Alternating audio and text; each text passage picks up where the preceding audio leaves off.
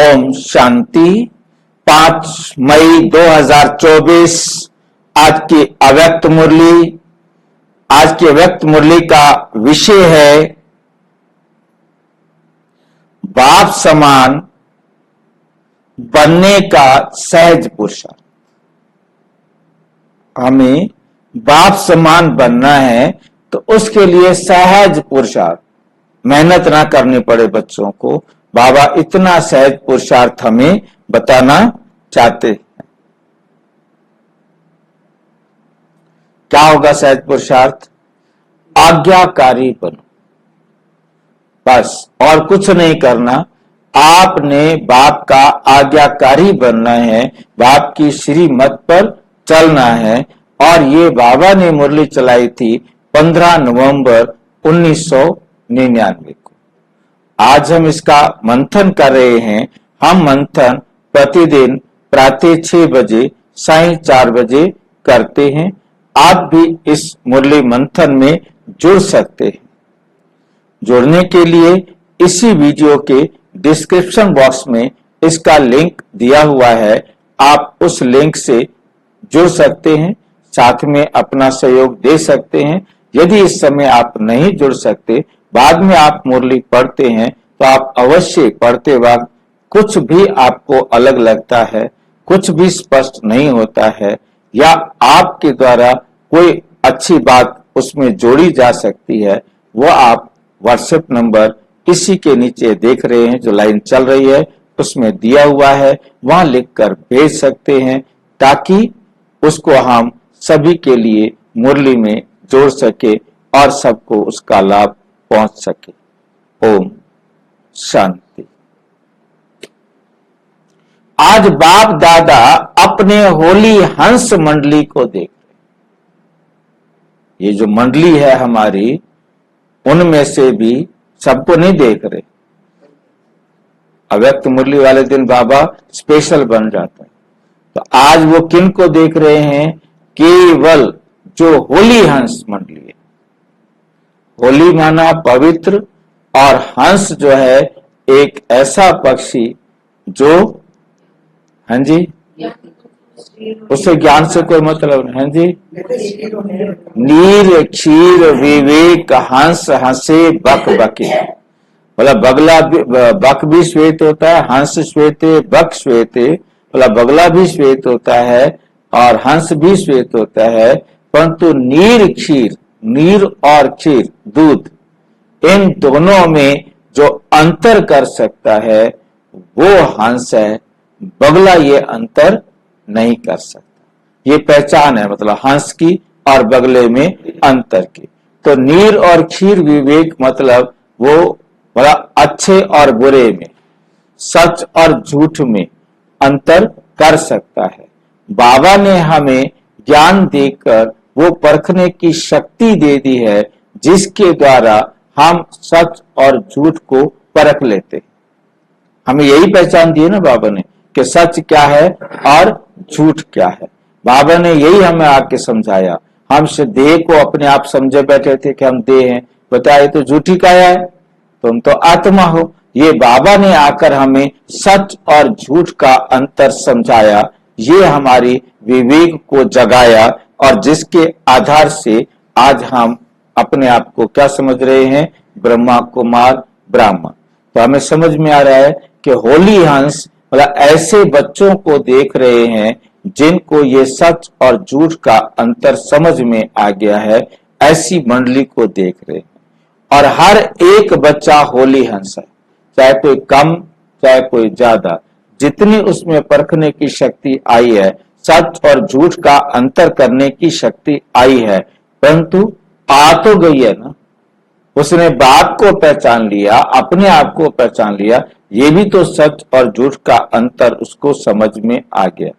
हर एक बच्चा होली हंस है, सदा मन में ज्ञान रत्नों का मनन करते रहते हैं। सदा मन में क्या करते हैं? ज्ञान रत्नों का मनन करते रहते हैं। आप बच्चे क्या करते रहते हो सारा दिन? ज्ञान रत्नों का मनन। आप इधर उधर की बातें, घर की बातें, परिवार की बातें, दुनिया भर के झमेले की बातें नहीं करते हो। आप क्या करते हो? ज्ञान रत्नों का मनन करते रहते। व्यर्थ के कंकड़ छोड़ना खोली हंस का ही काम। व्यर्थ के कंकड़, व्यर्थ की बातें, इधर उधर की बातें छोड़ देना, ये आपकी पहचान है कि आप कौन है? हंस। यदि आपने इनको नहीं छोड़ा है तो अभी आप हंस नहीं बने, अभी आप हंस नहीं बने हैं। व्यर्थ के कंकड़ छोड़ना है और ज्ञान रत्नों का मनन करना है। एक एक रतन अनमोल है। बाबा का एक एक दिया हुआ रत्न, ज्ञान का पॉइंट अनमोल है। हर एक बच्चा ज्ञान रत्नों की खान बन गए। हर एक बच्चा क्या बन गया है? ज्ञान रत्नों की खान बन गए हैं।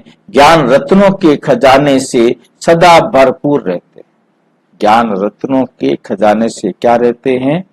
सदा भरपूर रहते हैं। आज बाप दादा बच्चों में एक विशेष बात चेक कर रहे थे।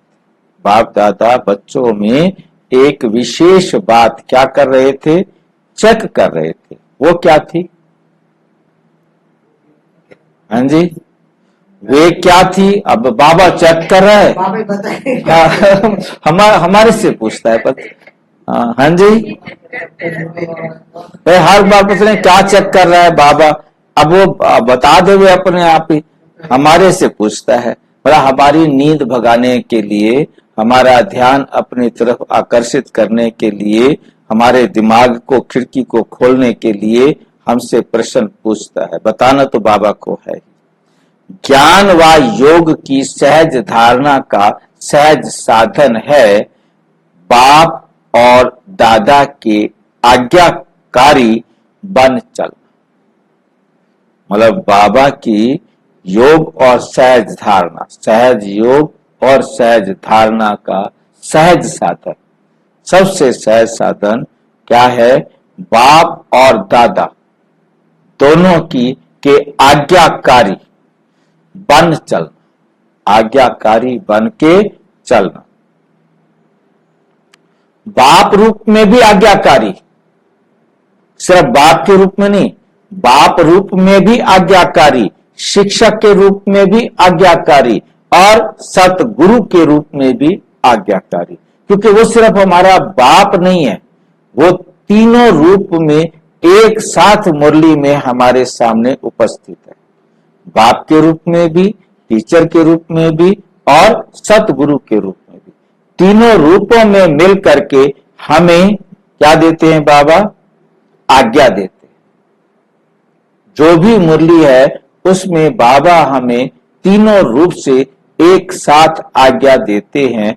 जो बच्चों को आज्ञा मिली है अमृत वेले से लेकर रात तक, हर समय हर कर्तव्य की आज्ञा मिली है कि कौन सा काम कब कैसे करना है। आज्ञा प्रमाण चलते रहे, जैसे बाबा ने कहा है वैसे ही चलते रहे तो किसी भी प्रकार की मेहनत व मुश्किल अनुभव नहीं। एक भी आज्ञा को हम अवज्ञा करेंगे तो आगे वाली भी आज्ञाएं टूटेंगी, आगे की भी अवस्था खराब होगी। अमृत वेला पहले उठने के लिए बाबा ने कहा। अब अमृत वेला उठने से पहले सोने का भी महत्व बताया। यदि आप सोएंगे ठीक नहीं तो अमृत वेले सवेरे ठीक उठ नहीं सकते। कैसे सोना चाहिए? क्या बताया बाबा ने सोने के लिए? टाइम से सो। सारा पोता मेल रात को बाबा को सुनाते हुए सोना। सारा सारा दिन में, आज के दिन में मैंने क्या क्या किया वो सारा बाबा को सुनाना। तो बाबा को सुनाने का मतलब क्या होता है? हल्के तो रहेंगे।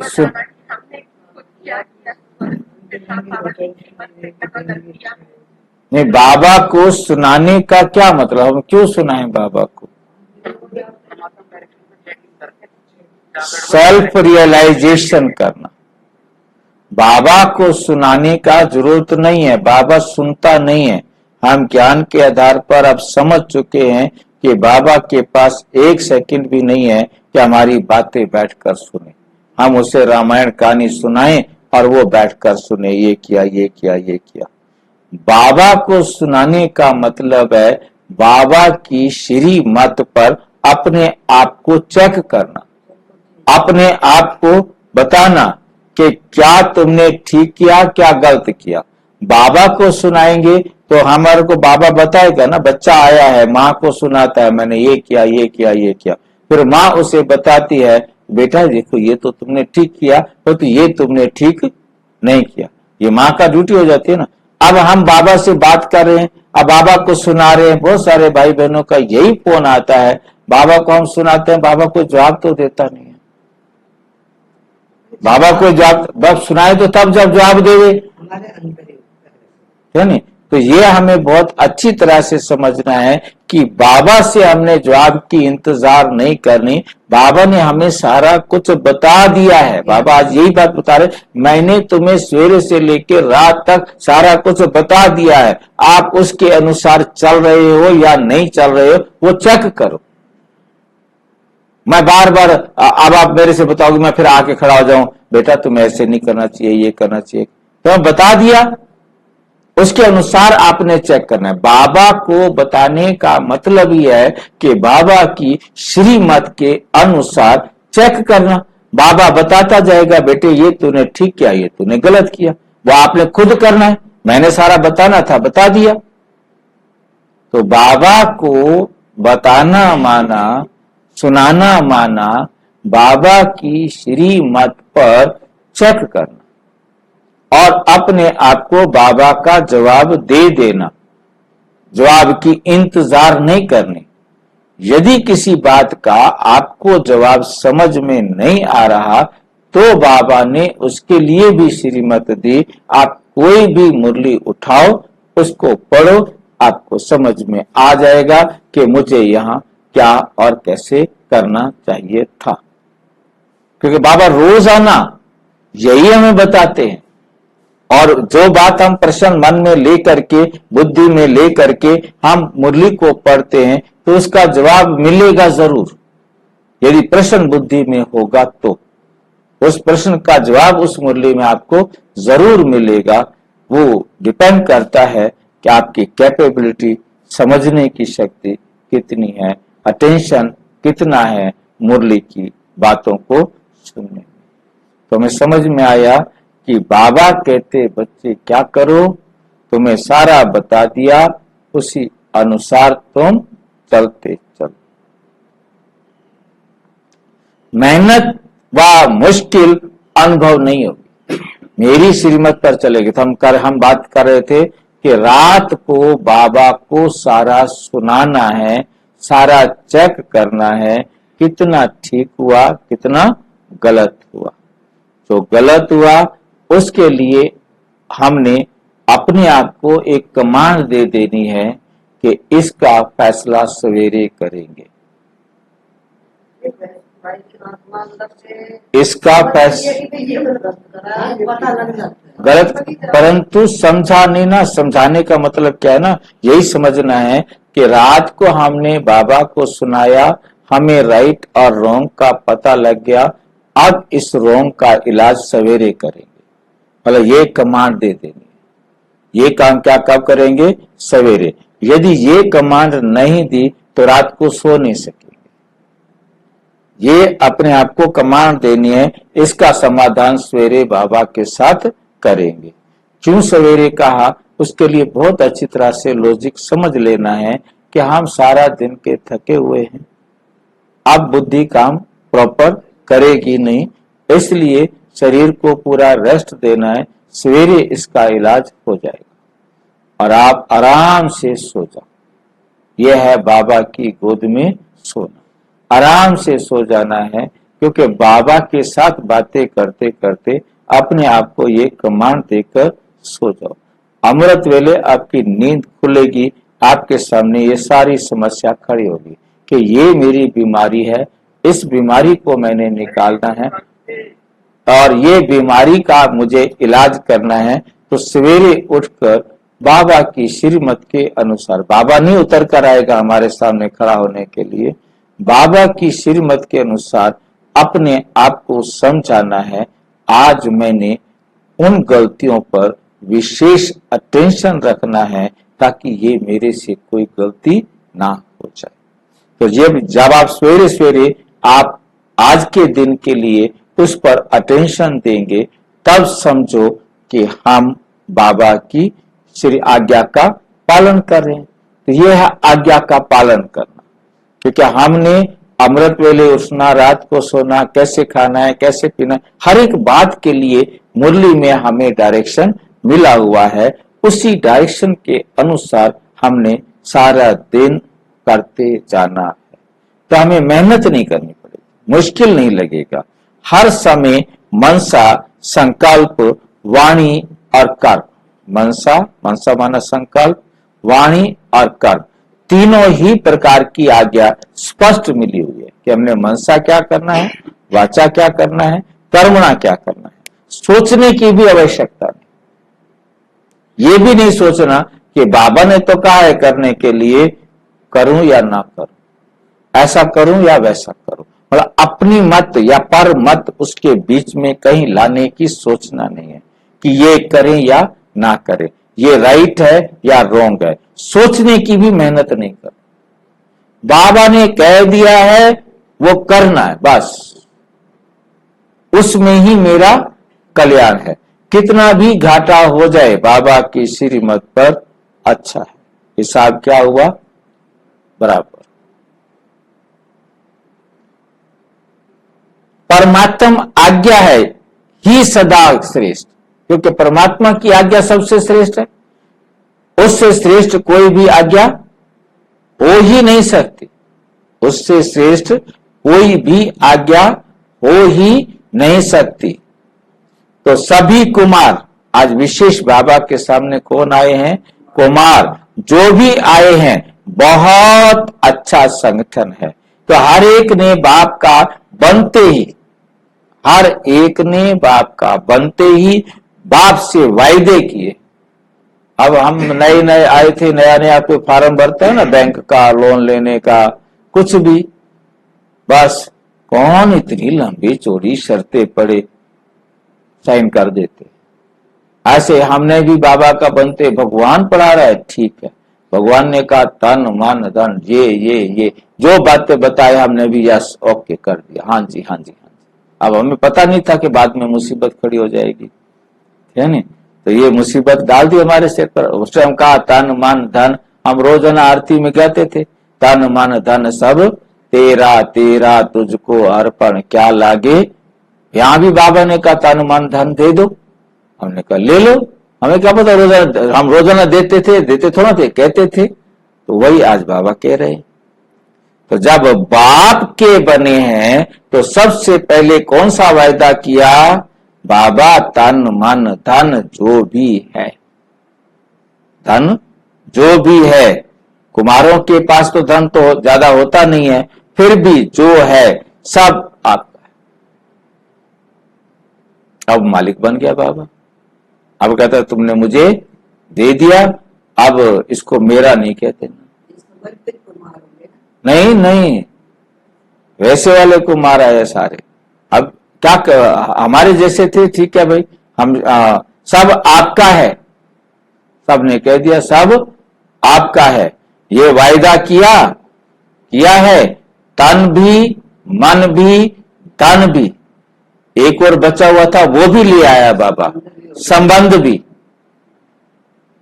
तन मन धन सारे रिश्ते खत्म,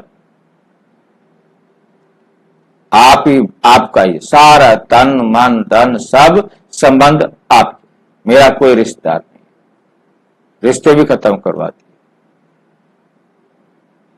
ये भी वायदा पक्का किया है, पूछ रहे हैं बाबा, कच्चा वायदा किया था कि पक्का वायदा किया था, वायदा करवा के फिर वायदे को पक्का भी करवा रहे हैं, कई बाद में मुकर जाए।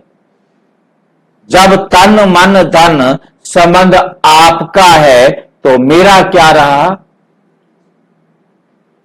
फिर कुछ मेरापन है, होता ही क्या है, तन मन धन और जन, ये 4 चीजें होती हैं। और भी कोई मेरा मेरा है तो उसके लिए डैश जैसा लगा दिया, छोड़ दिया। कोई भी मेरा है तो उसको लिख दो यहां पर। सब बाप के हवाले कर लिया, तन मन धन और सारे जन जिनको हम प्यार करते हैं, सारे मेरे को दे दिए, सब बाप के हवाले कर लिया। प्रवृत्ति वालों ने, कौन है प्रवृत्ति वाले? हम सारे प्रवृत्ति वाले हैं, परिवार में रहने वाले। प्रवृत्ति वालों ने किया है, मधुबन वालों ने किया है, पक्का है, पक्का है ना, कच्चा तो नहीं किया। जब मन भी बाप का हुआ, मेरा मन तो नहीं है, मेरा मन तो नहीं है ना, या मन मेरा है। मेरा समझकर यूज करना, यदि आप ये कहते हो मेरा मन कहता है इसलिए मैं ये कर रहा हूं,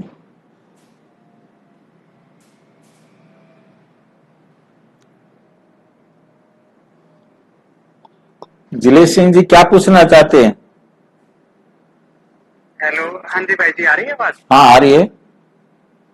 हाँ, मैं ये कह रहा था, जैसे अभी देखो बाबा प्रवृत्ति वाला, अभी बाबा ने शब्द यूज किया, तो प्रवृत्ति और निर्वृत्ति को पॉइंट तो क्लियर है।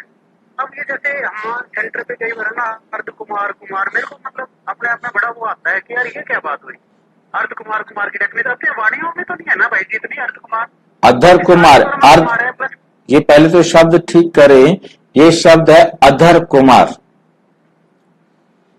अधर कुमारी,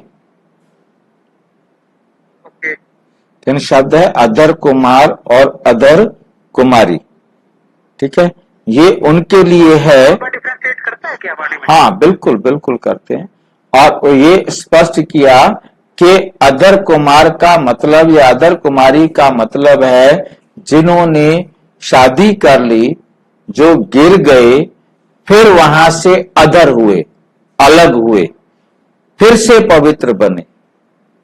और जो कुमार हैं वो पैदाइशी पवित्र है, मतलब जो गिरने के बाद अधर हुए, ऊपर उठे, वो है अधर कुमार, अधर कुमारी। और जो विकार, जो गए नहीं है, जो गिरे ही नहीं है, वो कुमार और कुमारी है,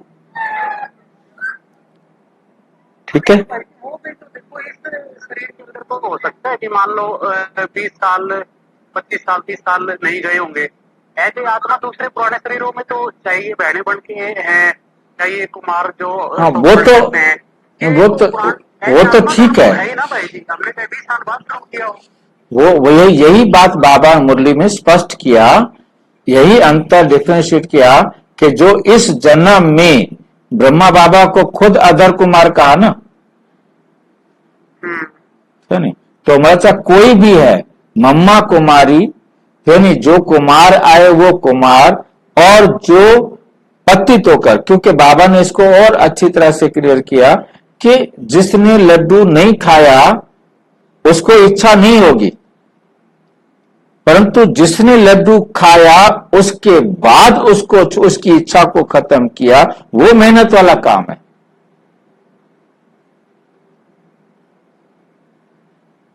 तो उनको ज्यादा पुरुषार्थ करना पड़ता है क्योंकि वो गिरे नहीं है ना, जिसके हमारा देखिए यहाँ पुराने जन्मों से कोई मतलब नहीं है, सिर्फ इस जन्म की बात के लिए ही कहा है। मतलब इस जन्म में जो इस जन्म की बात है, उसका पुराने जन्मों से इसके साथ कोई भी मतलब नहीं। डिफाइन कर दिया, वैसे कोई मतलब नहीं है ना, वैसे क्या मतलब, अब जैसे मम्मा के लिए कहा कि इस जन्म में तो मम्मा पवित्र है, परंतु पिछले जन्मों में तो ये विकारी थी, मम्मा के लिए शब्द प्रयोग किया। काली की मूर्ति क्यों बनी, तो उसके लिए वहां पर बाबा ने मुरली में ये कहा कि मम्मा भल इस जन्म में पवित्र है, परंतु पिछले जन्मों में तो ये काली रही ना। बिल्कुल ठीक है भाई, क्लियर भाई, ठीक भाई।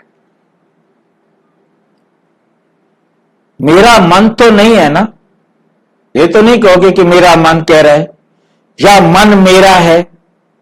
मेरा समझकर यूज करना, जब मन बाप को दे दिया तो ये भी आपके पास अमानत है। बाबा ने क्या किया, जब पहले तो कहा कि तन मन धन मुझे दे दो, हमने दिया तो फिर चिढ़ाने लग गया। कैसे चिढ़ाता है बाबा हमें, क्या करूं तुम्हारा बीमार तन, क्या करूं तुम्हारा गंदा मन, किसी भी काम में ना आने वाला धन, दुख देने वाले तुम्हारे जन, मैं क्या करूं, रखो अपने पास, रखो अपने पास। अब इनको बनाओ मेरी श्रीमत पर श्रेष्ठ, मेरी श्रीमत पर श्रेष्ठ। जैसे मैं कहता हूं वैसे इसको क्या करो, यूज करो। यही बात आगे बाबा हमें समझा रहे हैं, कैसे करो।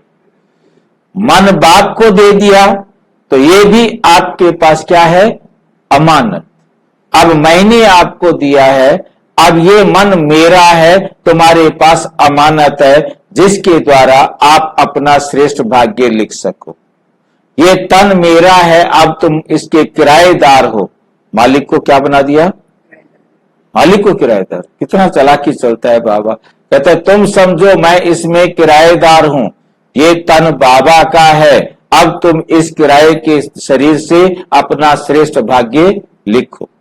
ये धन भी अब मेरी श्रीमत पर खर्च करो तो इससे तुम्हारे पास इतना अखुट खजाना मिलेगा, ठीक है। तो उसके लिए इस धन को मेरी श्रीमत के अनुसार क्या करो, खर्च करो।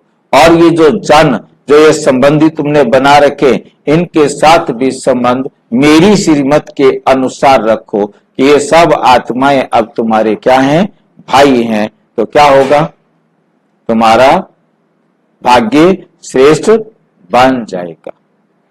ये आज्ञा मानो मेरी, तन के लिए भी, मन के लिए भी, धन के लिए भी और जन के लिए भी मैंने जो जो आज्ञाएं दी हैं, उन आज्ञाओं को अपने जीवन में लाओ तो तुम्हें सहज, कोई मुश्किल, कोई कठिनाई नहीं।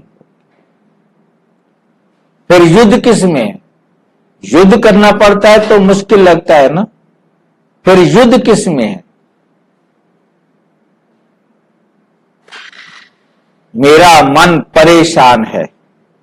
परेशान कौन होता है, जो शान से परे हो, जो अपनी शान को भूल जाता है, शान से परे हो जाता है, तो वो परेशान है।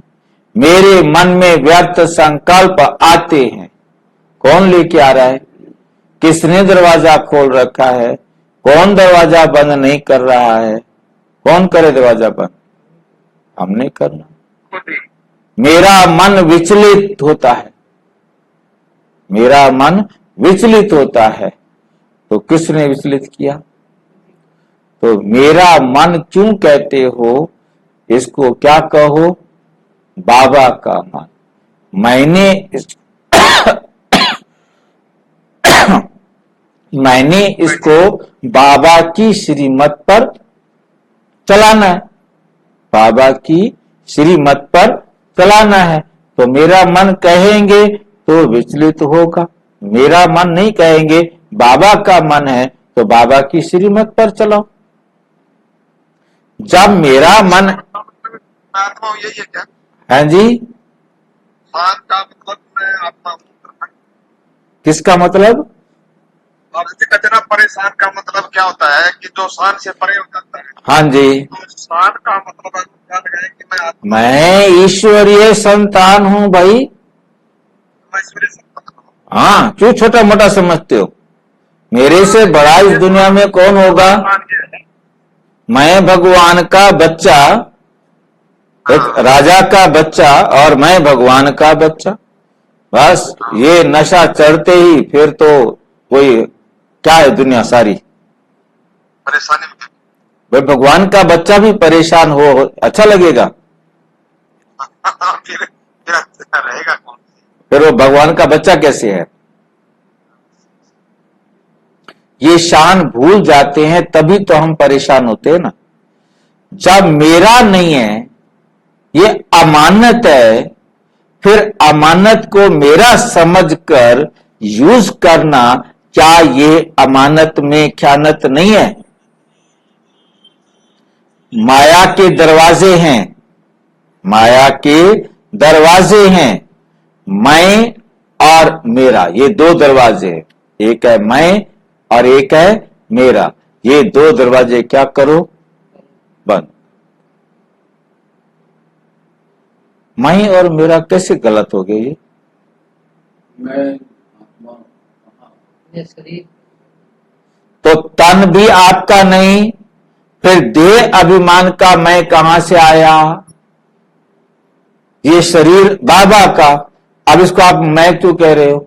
मैं शरीर, मैं मर जाऊंगा। ये देह अभिमान आपका मैं कहां से आ गया? ये तो मैं हो ही नहीं सकता। ये तन है ही सिर्फ बाबा का। और मेरा बाबा क्या? ये शरीर मैं नहीं हूं, ये शरीर मेरा है, ये कहना भी रॉन्ग हो जाएगा। मेरा क्यों कह रहे हो? किराएदार हो तुम, किराएदार मकान को कहेगा मेरा मकान है। तो ये शरीर बाबा को दे दिया, लूटने में पक्के सारे कानून बना के बैठा है। तो इन्हें जरा भी कहीं ढील नहीं छोड़ता कि ये शरीर भी मेरा नहीं बोलना है, मैं शरीर भी नहीं बोलना है। बताओ कितना बड़ा जुल्म, जुल्म नहीं है? तब भाई बोलते हैं ना, जनक जैसे विदेही बनो। हाँ, तो मतलब मेरा भी नहीं बोलना और मैं भी नहीं बोलना। मैं कहां से आया?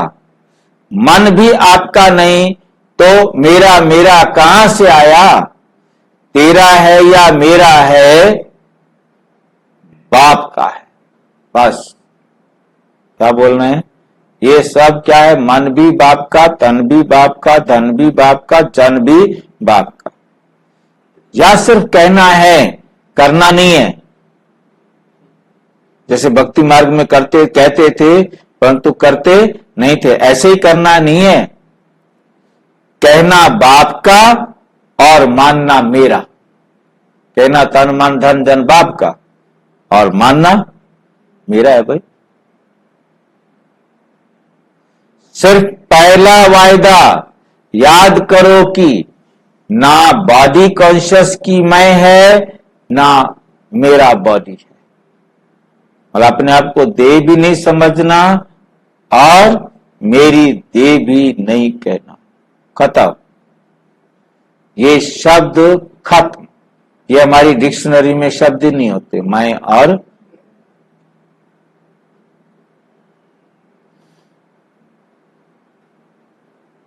तो जो बाप की आज्ञा है, तन को भी अमानत समझो, मन को भी अमानत समझो, फिर मेहनत की जरूरत है क्या? फिर मेहनत की जरूरत है क्या? कोई भी कमजोरी आती है तो इन दो शब्दों से आती है, मैं और मेरा।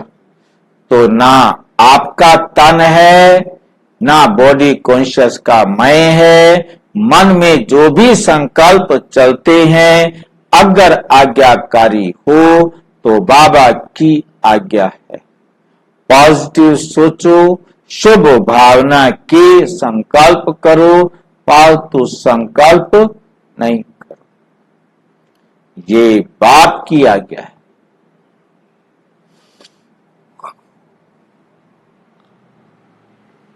फालतू संकल्प करो, ये बाप की आज्ञा है क्या? फालतू संकल्प करो, ये बाप की आज्ञा है क्या? नहीं ना।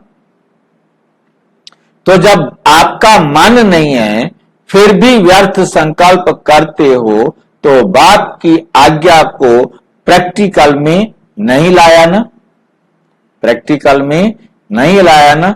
सिर्फ एक शब्द याद करो, कि मैं आत्मा, क्या याद करना है? परमात्मा की आज्ञाकारी बच्चा। मैं आत्मा परमात्मा की आज्ञाकारी बच्चा।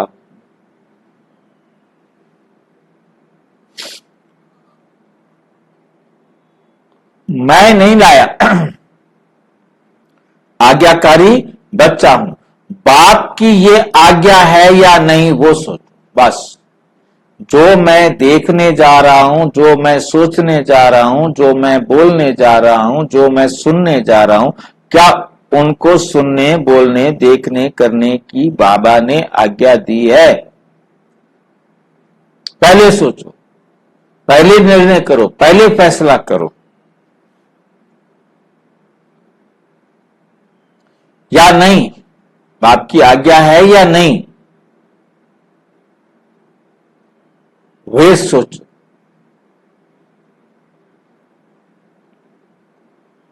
जो आज्ञाकारी बच्चा होता है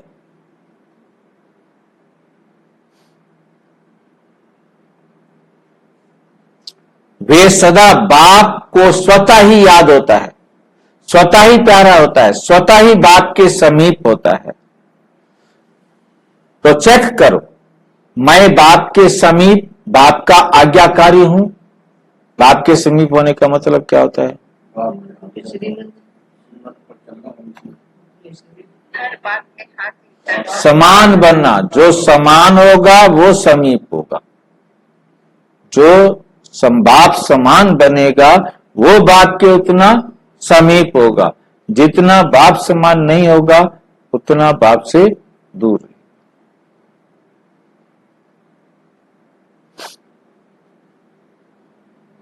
प्यारा भी होगा।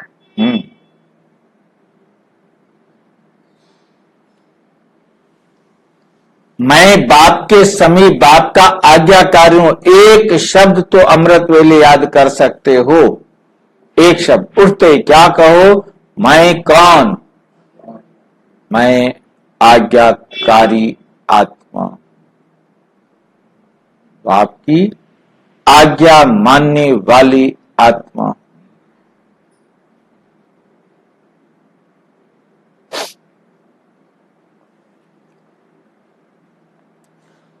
क्या कभी आज्ञाकारी, कभी आज्ञा से किनारा करने वाला हूं? आज्ञाकारी हूं या कभी आज्ञा मानने वाला, कभी किनारा करने वाला?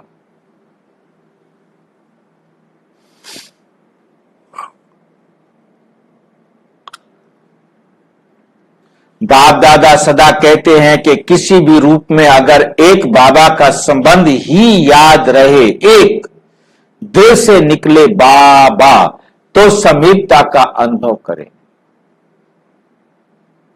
तो भी बाबा के पास का अनुभव करेंगे।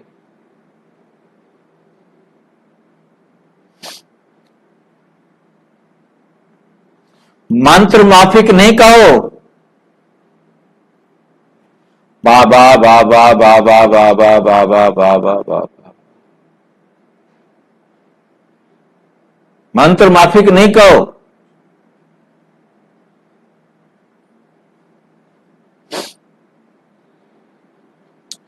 आप बाबा बाबा कहते लेकिन दिल से निकले बाबा।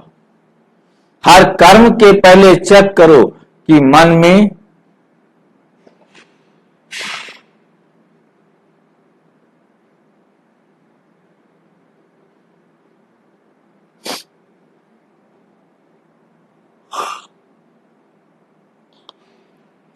हर कर्म करने के पहले चेक करो कि मन के लिए, तन के लिए या धन के लिए बाबा की आज्ञा क्या है। कुमारों के पास चाहे कितना भी थोड़ा सा धन है, लेकिन जैसे बाप ने आज्ञा दी है कि धन का पोता मेल किस प्रकार से रखो, वैसे रखा है क्या? जैसे आता है वैसे चलता है।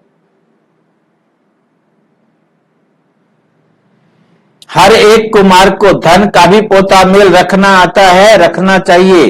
धन को कहां और कैसे यूज करना है, मन को भी कहां यूज और कैसे यूज करना है।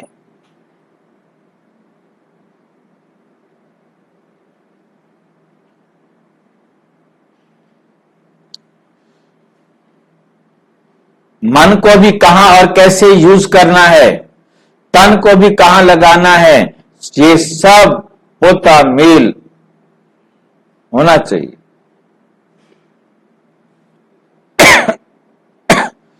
आप दादियां जब धारणा की क्लास कराती हैं तो समझाती हैं ना कि धन को कैसे यूज करो, क्या पोता मेल रखो। कुमारों को पता है पोता मेल कैसे रखना, कुमारों को पता है पोता मेल कैसे रखना।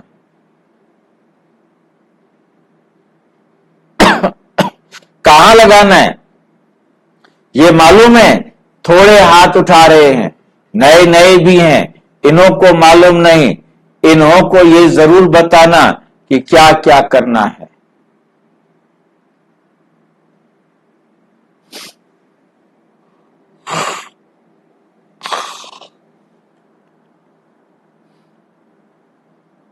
निश्चिंत हो जाएंगे, बोझ नहीं लगेगा, क्योंकि आप सबका लक्ष्य है कुमार माना लाइट, ज्योति बिंदु आत्मा।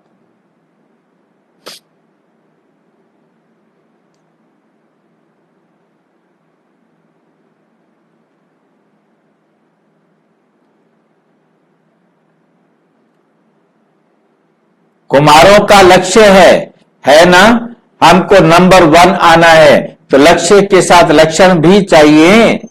लक्ष्य बहुत ऊंचा हो और लक्षण नहीं हो तो लक्ष्य तक पहुंचेंगे क्या।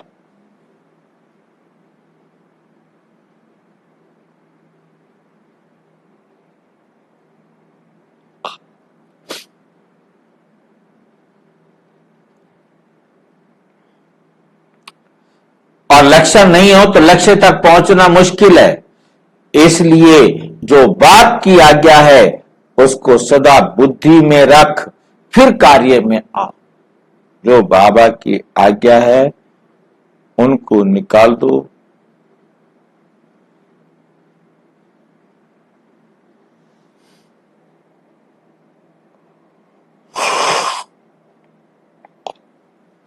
बाप दादा ने पहले भी समझाया है कि ब्राह्मण जीवन के मुख्य खजाने हैं। कौन कौन से हैं? संकल्प, समय और श्वास।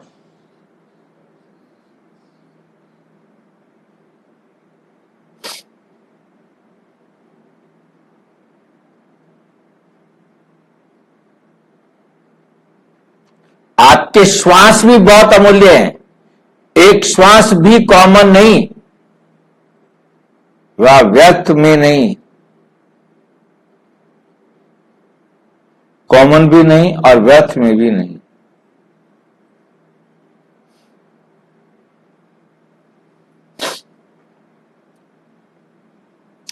भक्ति में कहते हैं श्वासोश्वास अपने इस देव को याद करो। श्वास भी व्यर्थ नहीं जाए। ज्ञान का खजाना, शक्तियों का खजाना ये तो है ही, लेकिन मुख्य ये 3 खजाने संकल्प, श्वास और समय आज्ञा प्रमाण सफल होते हैं।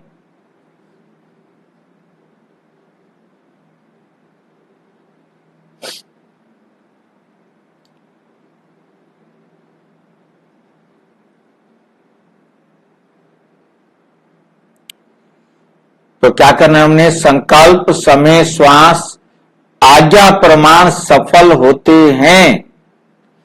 क्या आज्ञा है? कि हमने चारों के चारों सफल करने हैं। व्यर्थ तो नहीं जाते, क्योंकि व्यर्थ जाने से जमा नहीं होता, और जमा का खाता इस संगम पर ही जमा करना है। चाहे सतयुग त्रेता में श्रेष्ठ पद प्राप्त करना हो, यहीं से ऑटोमेटिक।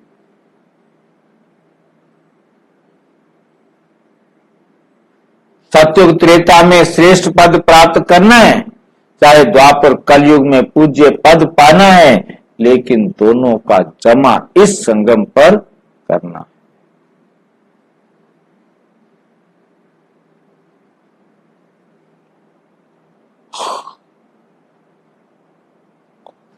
सोचो कि संगम की जीवन के छोटे से जन्म, ये कोई छोटा सा जन्म है?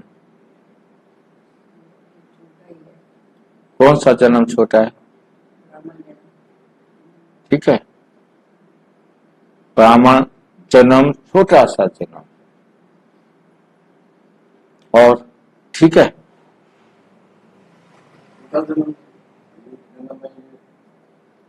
और ध्यान से देखो, संगम समय की जीवन के छोटे से जन्म के संकल्प, समय, श्वास कितने अमूल्य है, इसको क्या कहेंगे?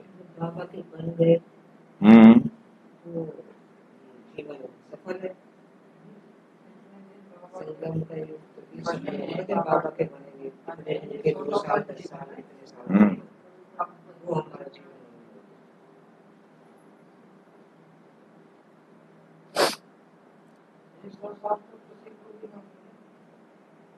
100 साल तो नहीं मिलेगी। अरे ये जीवन कब होता है, इसको हमने पहले ध्यान से समझना है। आत्मा जब गर्भ में प्रवेश करती है तो जन्म, आत्मा जब गर्भ को छोड़ती है तो मृत्यु, इसको कहा जाता है जीवन का। आत्मा गर्भ में प्रवेश करती है जन्म, आत्मा शरीर छोड़ती है तब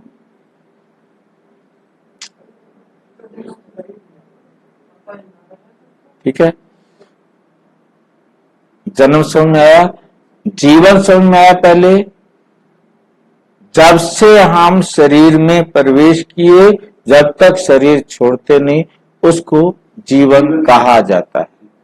ठीक है, अब उसमें छोटा सा जन्म जो हमारा मरजीवा जन्म, डायमंड जन्म हुआ, वो कितना समय चलता है? हाँ जी, जिस दिन हमने बाप को पहचाना, हमने उसको और उसने हमको समझाया।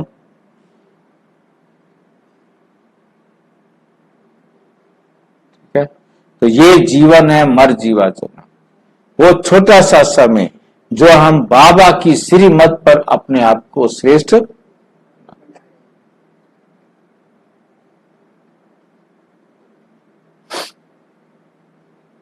तो जीवन का जन्म सुन में हीरा जन्म, ये छोटा सा जन्म, क्योंकि हमारा मैक्सिमम टाइम तो व्यर्थ में चला जाता।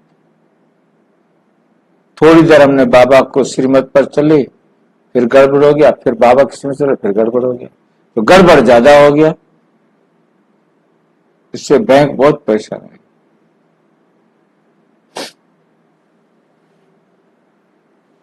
जो थोड़ी देर चले वो भी कैलकुलेट होता है कि नहीं भाई?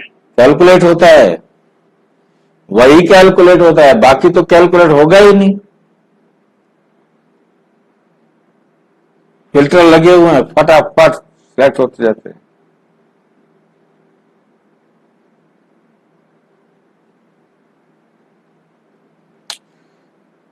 इसमें अलबेले नहीं बनना, जैसा आया वो दिन बीत गया, दिन बीता नहीं, लेकिन एक दिन में बहुत बहुत गंवाया। जब भी कोई फालतू संकल्प, फालतू समय जाता है तो ऐसे नहीं समझो चलो 5 मिनट गया, बचाओ समय को। भाई समय अनुसार देखो, प्रकृति अपने कार्य में कितनी तीव्र है, कुछ ना कुछ खेल दिखाती रहती है, कहा ना कहा खेल दिखाती रहती है, लेकिन प्रकृति पति ब्राह्मण बच्चों का खेल एक ही है। बच्चों का खेल एक ही है, क्या है वो? उड़ती कला का। तो प्रकृति तो खेल दिखाती है, लेकिन ब्राह्मण अपनी उड़ती कला का खेल दिखा रहे हैं। ये कौन सा खेल होता है? उड़ती कला का खेल। अब हम बुढ़े हो गए हैं, अब उड़ने वाला काम थोड़ा कर सकते। हाँ जी, क्या करें आप ये बताओ? हाँ, शरीर थोड़ी उड़ता है। शरीर नहीं उड़ता, आत्मा उड़ती है। उड़ती कला, अब हम उड़ती कला में क्या करें बताओ? बाबा श्रीमत को चले वही करो। मन बुद्धि को डालते रहना, इम्प्रूवमेंट एक दाग को मिटाते जाना। किस में डालते जाना? बुद्धि से उड़कर उड़ना बोले बाबा, मन बुद्धि से उड़ना।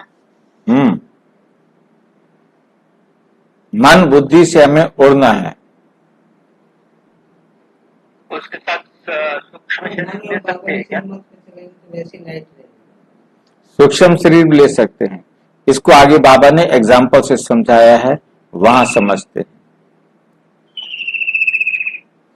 कोई बच्चे ने बाप दादा को उड़ीसा के समुद्री तूफान की रिजल्ट लिख कर दी, ये हुआ ये हुआ ये हुआ, तो वे प्रकृति का खेल तो देख लिया, लेकिन बाप दादा पूछते हैं कि आप लोगों ने सिर्फ प्रकृति का खेल देखा या अपनी उड़ती कला के खेल में बिजी रहे?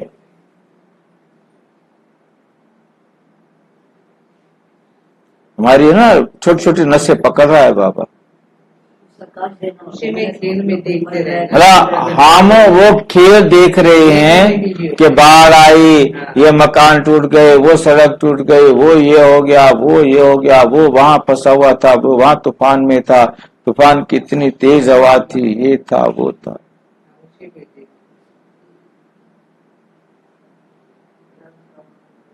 तो उसको बाबा क्या कह रहे हैं कि वो नहीं सोचना, वो नहीं करना।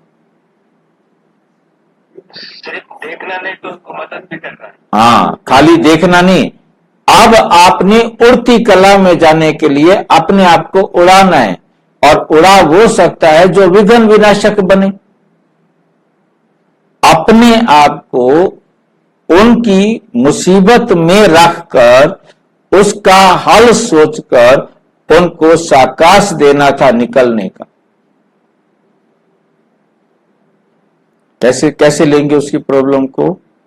देख रहे हैं कि वो डूब रहा है, मर रहा है, फंसा पड़ा है, उसकी गाड़ियां जा रही हैं, वो मतलब उसको क्या करना है, क्या कहना है, संकल्प के द्वारा तुरंत ये मैसेज उन आत्माओं तक पहुंचा सकते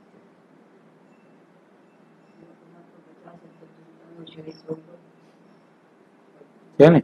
यदि तुम शरीर को नहीं बचा पा रहे हो, शरीर जो है ना जा रहा है, छोड़ दो, तुम परेशान नहीं हो। ठीक है, समझ में आया? तो हम उड़ती कला वाले, क्योंकि हम अपने आप को तैयार कर रहे हैं। वो उनके सामने पेपर आया है, परंतु हम उस पेपर के लिए अपने आप को प्रिपेयर कर रहे हैं, और अपने आप को प्रिपेयर किया, अनुभव किया, और उसके साथ अनुभव शेयर किया, तो उसको भी निकाला, खुद को भी निकाला। ठीक है, समाचार तो सब सुनना भी पड़ता है, परंतु जितना समाचार सुनने में इंटरेस्ट रहता है, उतना अपनी उड़ती कला की बाजी में रहने का इंटरेस्ट रहा।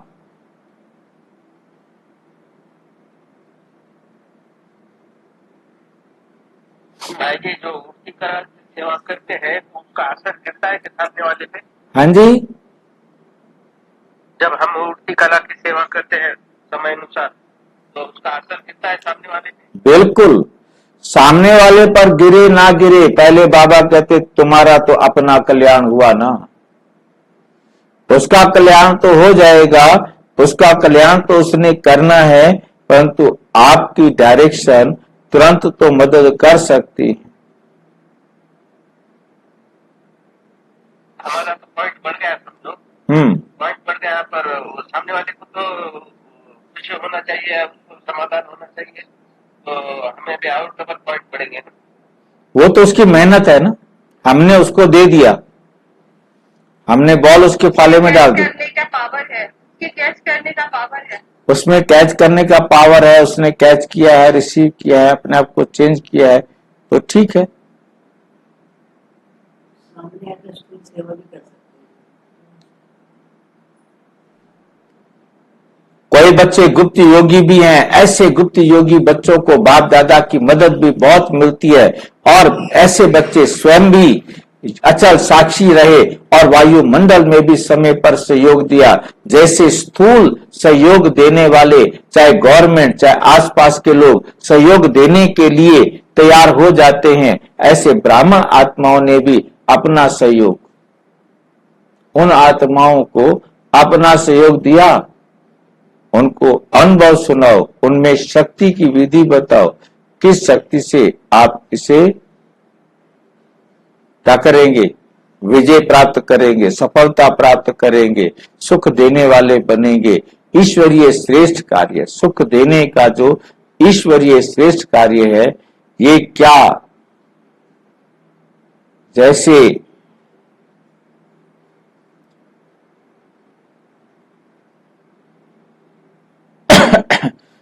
वे गवर्नमेंट ने ये किया, फलाने देश ने ये किया, फौरन की अनाउंसमेंट करने लग जाते हैं, तो बाप दादा पूछते हैं आप ब्राह्मणों ने भी अपना कार्य किया, आपको भी अलर्ट होना चाहिए।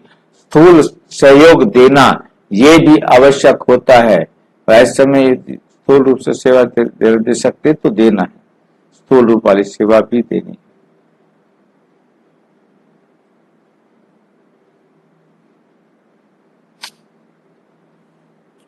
इसमें बाप दादा मना नहीं करते कि स्थूल सेवा ना करो। उनको जो साधन चाहिए, भूख में, प्यास में, बाढ़ में, भूकंप में, वो सब उनको दो,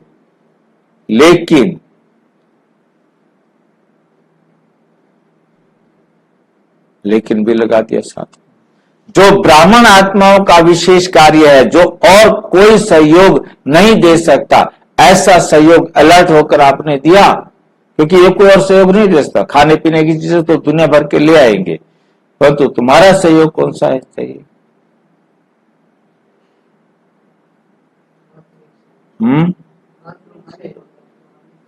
रूहानी सहयोग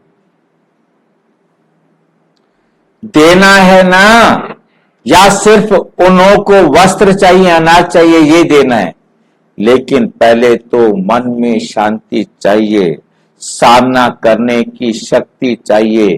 तो स्थूल के साथ साथ सूक्ष्म सहयोग तुम ब्राह्मणों का ही लिखा है। तो स्थूल के साथ सूक्ष्म सहयोग ब्राह्मण ही दे सकते हैं और कोई नहीं दे सकता है। तो ये कुछ भी नहीं है, ये तो रिहर्सल है।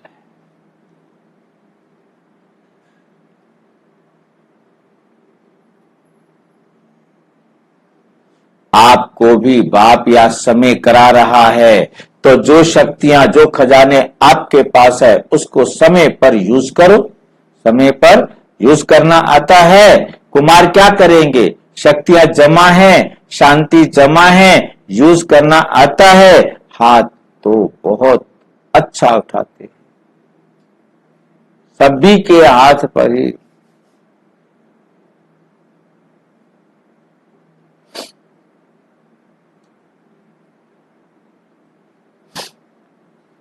तो साक्षी होकर देखना, देखना भी है, सुनना भी है, सहयोग देना भी है। आखिरी रियल जब पार्ट बजेगा, ये सारी रिहर्सल चल रही है, रियल जब पार्ट बजेगा उसमें साक्षी और निर्भय होकर देख।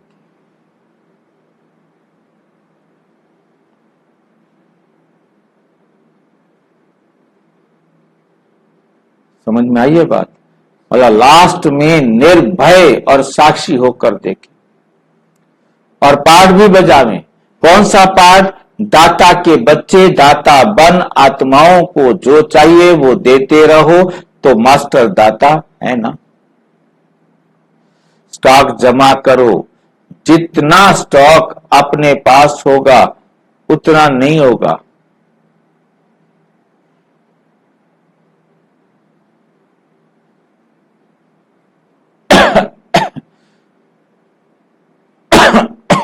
जितना आपके पास स्टॉक होगा उतना ही दाता बन सकेंगे। अंत तक अपने लिए ही जमा करते रहेंगे तो दाता नहीं बन सकेंगे। अनेक जन्म जो श्रेष्ठ पद पाना है वो प्राप्त नहीं कर सकते। इसलिए एक बात तो अपने पास स्टॉक जमा करो, शुभ भावना और श्रेष्ठ कामना का भंडार सदा भरपूर हो। दूसरा, जो विशेष शक्तियां हैं वे शक्तियां जिस समय जिसको जो चाहिए वो दे सको, वे दे सको। अभी समय अनुसार सिर्फ अपने पुरुषार्थ में संकल्प और समय साथ साथ दाता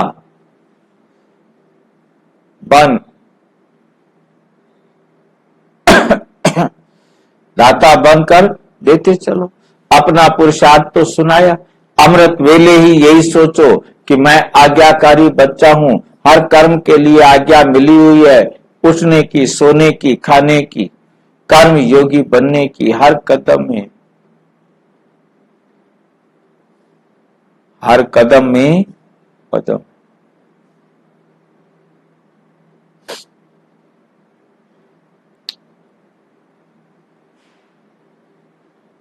आज्ञाकारी बनना यही बाप समान बनना है। बस श्रीमत पर चलना, ना मन मत ना पर मत, बस एक बाबा की श्रीमत पर ही।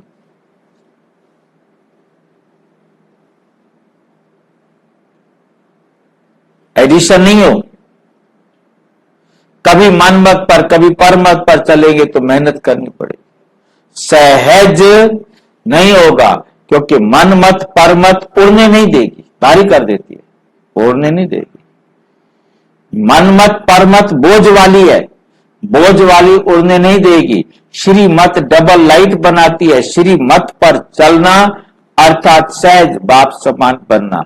श्री मत पर चलने वाले को कोई भी परिस्थिति हो, कैसी भी हालत हो,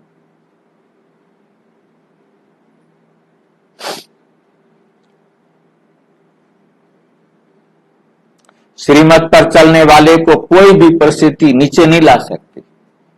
तो श्रीमत पर मंत्र चलते ही मतलब श्रीमत पर चलना आता है।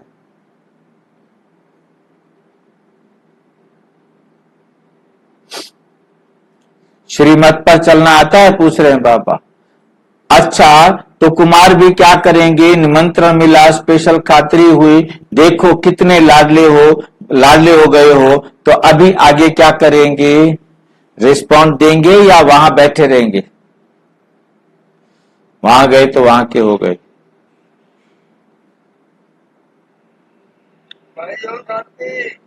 ऐसे तो नहीं है ना, यहां तो बहुत मजे में हो, माया के वार से बचे हुए हो। ऐसा कोई है जिसको यहां मधुबन में भी माया आई हो?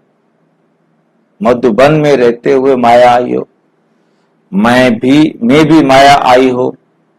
ऐसा कोई है जिसको मधुबन में भी मेहनत करनी पड़ी हो? सेफ हो, अच्छा है।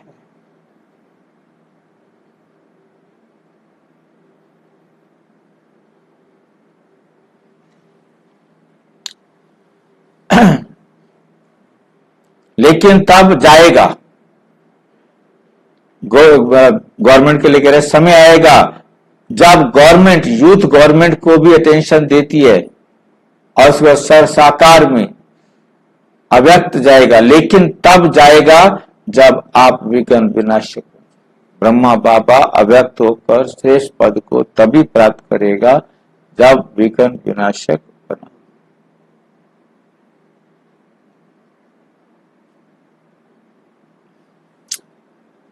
आप विघ्न विनाशक बन जाओ। विघ्न विनाशक किसका नाम है? विघ्न विनाशक गणेश का नाम रखा है। आप लोगों का है ना, आप लोगों का है ना। विघ्नों की हिम्मत नहीं हो, जो कोई कुमार का सामना करे तब कहेंगे विघ्न विनाशक। कोई भी विघ्न कुमार के आगे रुकावट डालने के लिए ना आए।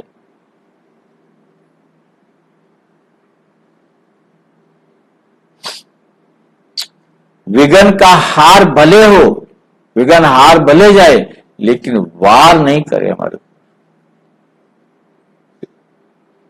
विघ्न विनाशक बनने की हिम्मत है? यहाँ की, इधर की, उधर की, इधर की, उधर की, सबको इकट्ठा करो, मेंटेन रखना। विघ्न विनाशक बनने की हिम्मत है, वहां जाकर पत्र लिखेंगे, दादी बहुत अच्छा था लेकिन पता नहीं क्या हो गया, ऐसे तो नहीं लिखेंगे ना, यही खुशखबरी लिखो। ओके, वेरी गुड, विघ्न विनाशक हूं, बस एक अक्षर लिखो, ज्यादा लंबा पत्र नहीं। ओके, अच्छा। मधुबन की विशेषता बाप दादा के पास पहुंच गई है, मधुबन वालों ने अपना चार्ट भेजे हैं, बाप दादा के पास पहुंचे हैं, बाप दादा सभी बच्चों को आज्ञा मानने वाले आज्ञाकारी बच्चों की नजर से देखते हैं। विशेष कार्य मिला और एवर रेडी बन किया, इसको विशेष मुबारक दे रहे हैं। अच्छा, हर एक ने अपना स्पष्ट लिखा दादी से, आप भी रिजल्ट देखकर सुनाना, अपनी अवस्था का अच्छा चार्ट लिखना है। बाप दादा तो मुबारक दे ही रहे हैं, सच्ची दिल पर साहेब राजी होता है।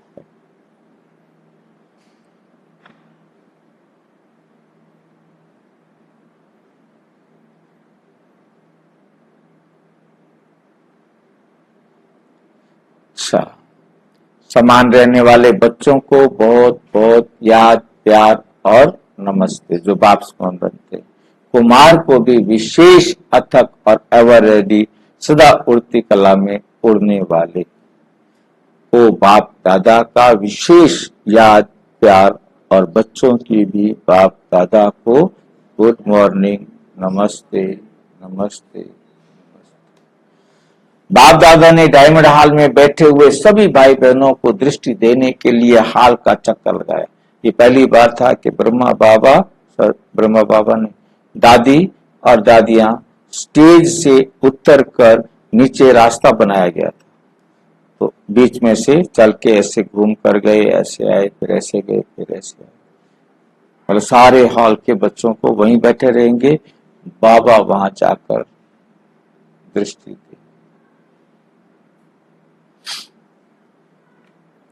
बाप दादा का हर एक बच्चे से बहुत बहुत प्यार है, ऐसे नहीं समझे कि हमारे से बाप दादा का प्यार कम है। आप चाहे भूल भी जाओ, लेकिन बाप निरंतर हर बच्चे की माला जपते रहते हैं।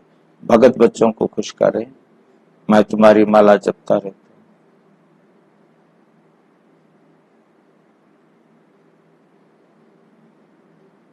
क्योंकि बाप दादा को हर बच्चे की विशेषता सदा सामने रहती है। कोई भी बच्चा विशेष ना हो, ये हो नहीं सकता है। हर बच्चे का विशेष है। बाप कभी एक बच्चे को भी भूलता नहीं है, तो सभी अपने को अवश्य भूले।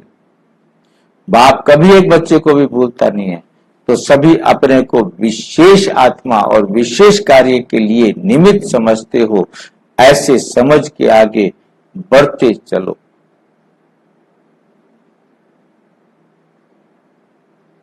अच्छा वरदान है, सदा रूहानी स्थिति में रहे, दूसरों की भी रूह को देखने वाले रूहानी रूहे गुलाब भाव। खुद को आत्मा समझो, दूसरे को भी आत्मा देखो। रूहे गुलाब अर्थात जिसे सदा रूहानी खुशबू हो। रूहानी खुशबू वाले जहां भी देखेंगे, जिसको भी देखेंगे, तो रूह को देखेंगे, रूह को देखेंगे। तो स्वयं ही सदा रूहानी स्थिति में रहो और दूसरों की भी रूह को देखो। जैसे आप ऊंचे से ऊंचे, ऐसे उसका बगीचा भी ऊंचे से ऊंचा। जिस बगीचे का विशेष श्रृंगार रूहे गुलाब,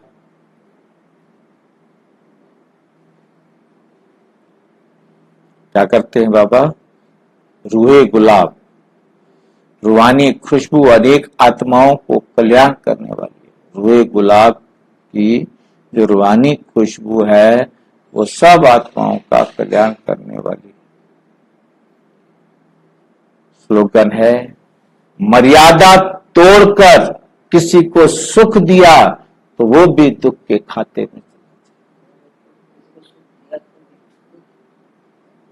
मर्यादा माना बाबा की श्रीमत के अनुसार, जो भक्ति मार्ग वाली गीता है स्थूल सेवा होती है ना। हाँ, क्योंकि स्थूल सेवा आपने किया तो विकर्म बन गया ना।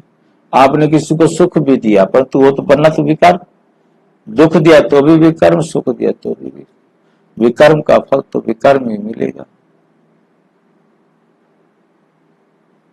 बाबा ने आता जब बाहर आई है, जब कुछ हुआ तो कोई भी दुनिया मर्यादा छोड़ना यानी अपने को देव समझना नहीं, हाँ, हम आत्मा है, अपने आप को आत्मा भूल करके देह समझ लेंगे तो हमने अपनी मर्यादा तोड़ दी ना।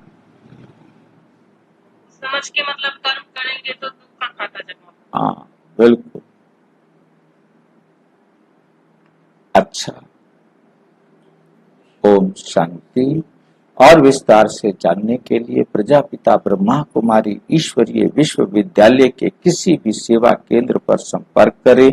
और यदि कोई प्रश्न है तो 9213106986 पर केवल टेलीग्राम करें, 9650692270 पर केवल व्हाट्सएप करें, फोन नहीं।